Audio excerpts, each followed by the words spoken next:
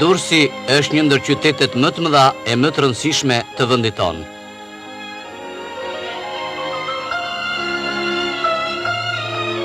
Emri i tij është i njohur që në lashtësi. Kronikën e historisë e traditën e pasur kulturore këtu e prek në çdo hap. Shkrimtari dhe historian i njohur i shekullit të dytë, Prokopi, nga Gaza e Siris, duke përshkruar portiket e qytetit e objektet të tjera të rëndësishme arkitekturore, shënon: Dyraun e kanë përshkruar edhe shkrimtari historian të tjerë. Me përshkrimin e tyre bashkohet realisht dhe fama e këtij qyteti. Kur sheh për herë të parë Dyraun dhe portin e tij, të kënaqet e të shlodhet syri dhe shpirti.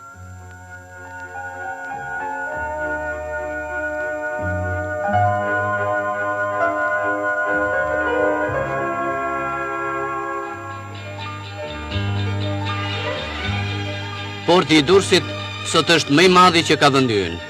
Ai është zhvilluar diku pranë portit të lashtë, që u përmbyt bashkë me një pjesë të qytetit nga tërmetet e forta të 5 shekujve më parë.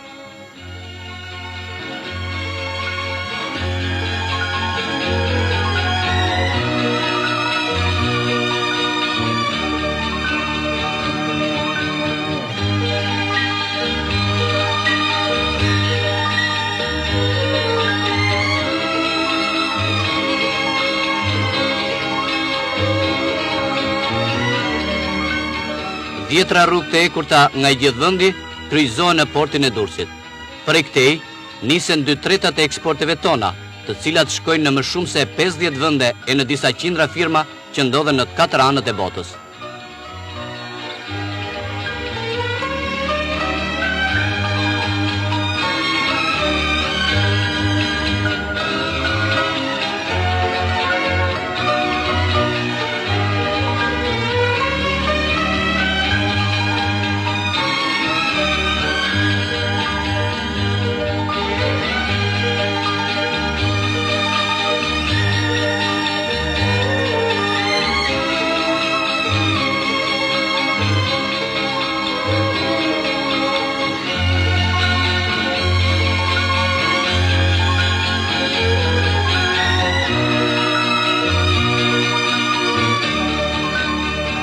Para çlirimit, ky port kishte vetëm një kalat me draca, ku shkarkoshin një herë në muaj 2 anije, nga të cilat njëra transportonte ujë të pishëm për tregtarët e qytetit.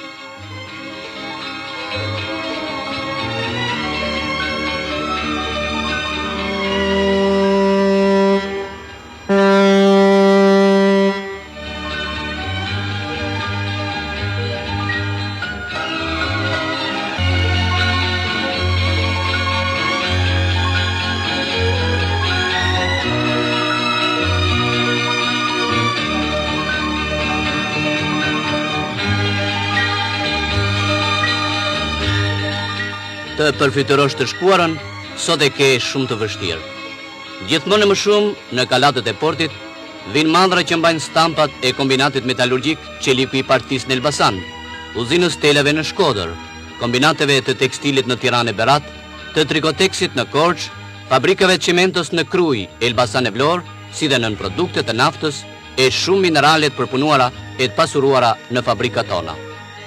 Vetëm në njërën nga kalatët e portit sotëm të Durrësit, në 9 orë, kryet ajo punë që përballonte i gjithë porti para shlirimit në 6 muaj.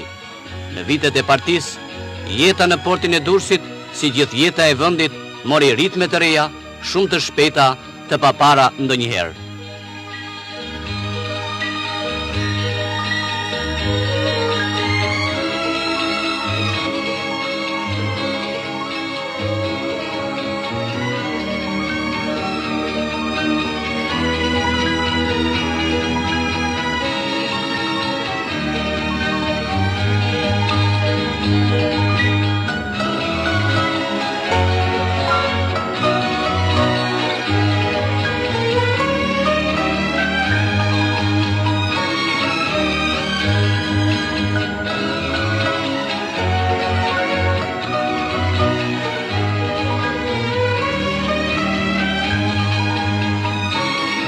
Janë shtuar shumë mandrat e përpunuara e gjysmë të përpunuara. Sot rreth 75% e mandrave të eksportuara janë të industrializuara, në ndryshim me vitet e para pas çlirimit, kur shumë nga lëndët e para nxirreshin jashtë bruto.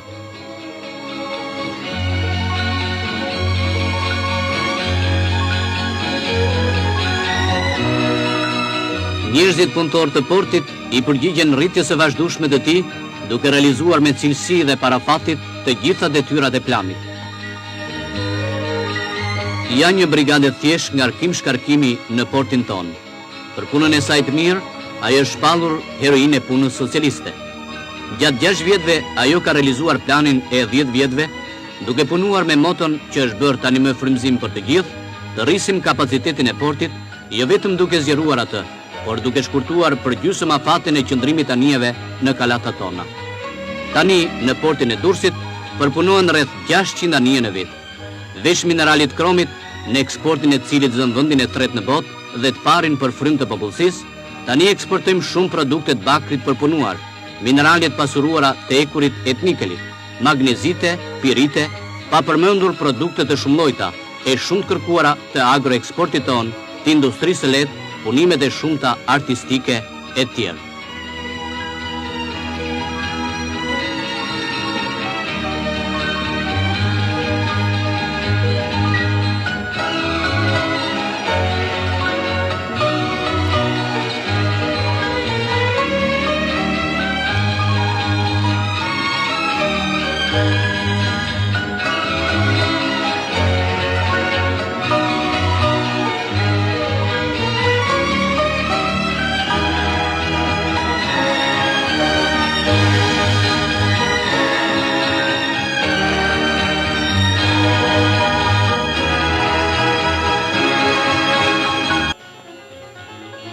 Brenda së sotmes, linde ardhmja e portit të Durrësit. Rriten çdo ditë e marrin forma të qarta konturet e portit të ri.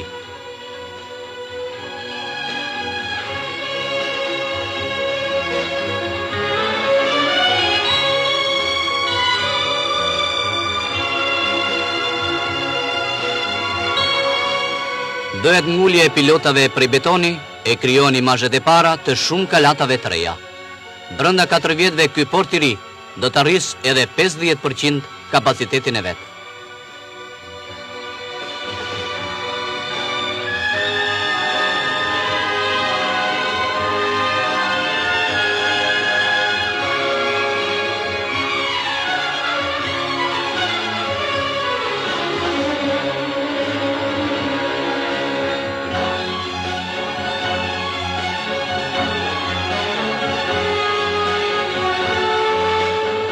Vazhdon puna për thellimin e fundit të detit.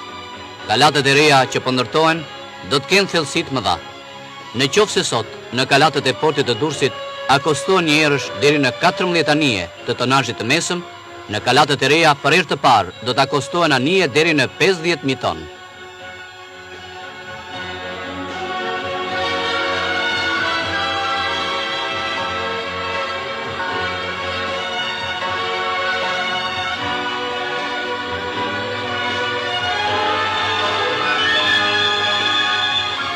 Biga de Mreka, biga e parë e madhe me forcë ngritëse deri në 100 tonë.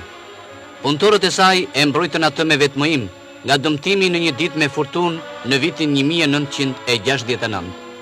Akti heroik i Ademrekës dhe i shokëve të tij u bë shembull frymëzimi për të gjithë.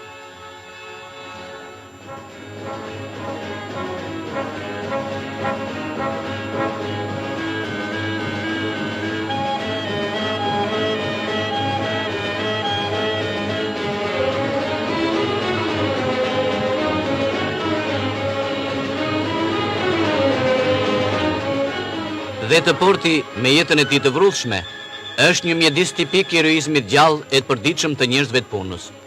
Kështu që tani më shumë se 30% e elektrovinçave që punojnë në port janë prodhuar me iniciativat e forcat e vet bazës mekanike të portit.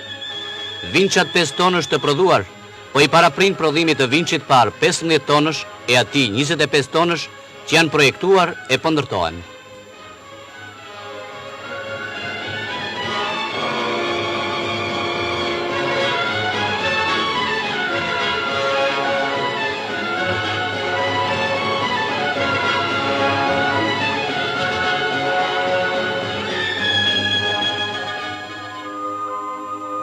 Fare pran portit të Durrësit është kantieri detar.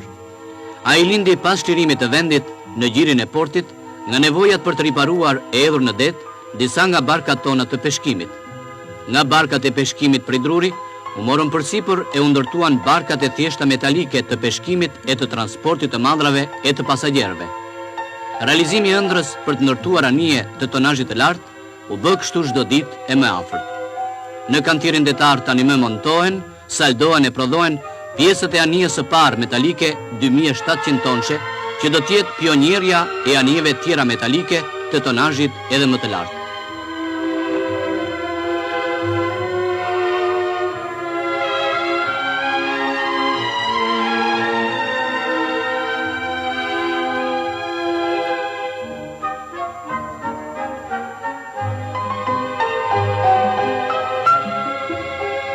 Në byron teknologjike të kantierit hartohen skica, realizohen projekte e bëhen plot diskutime për anijet e mëdha të së ardhmes.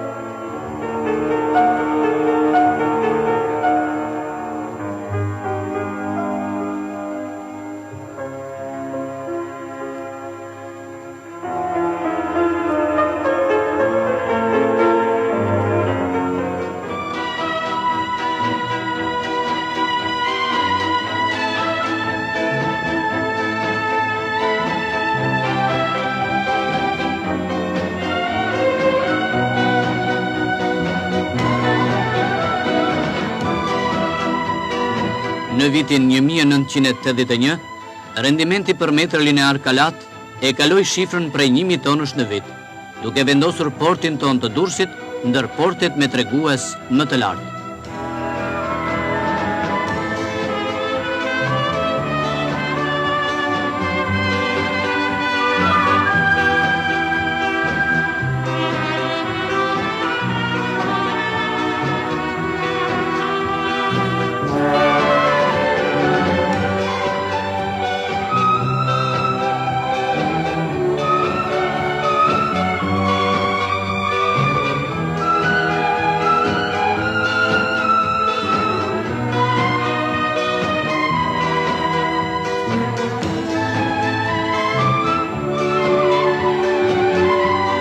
Në çdo ditë të re, prej portit të Durrësit, nisin shumë rrugë të reja.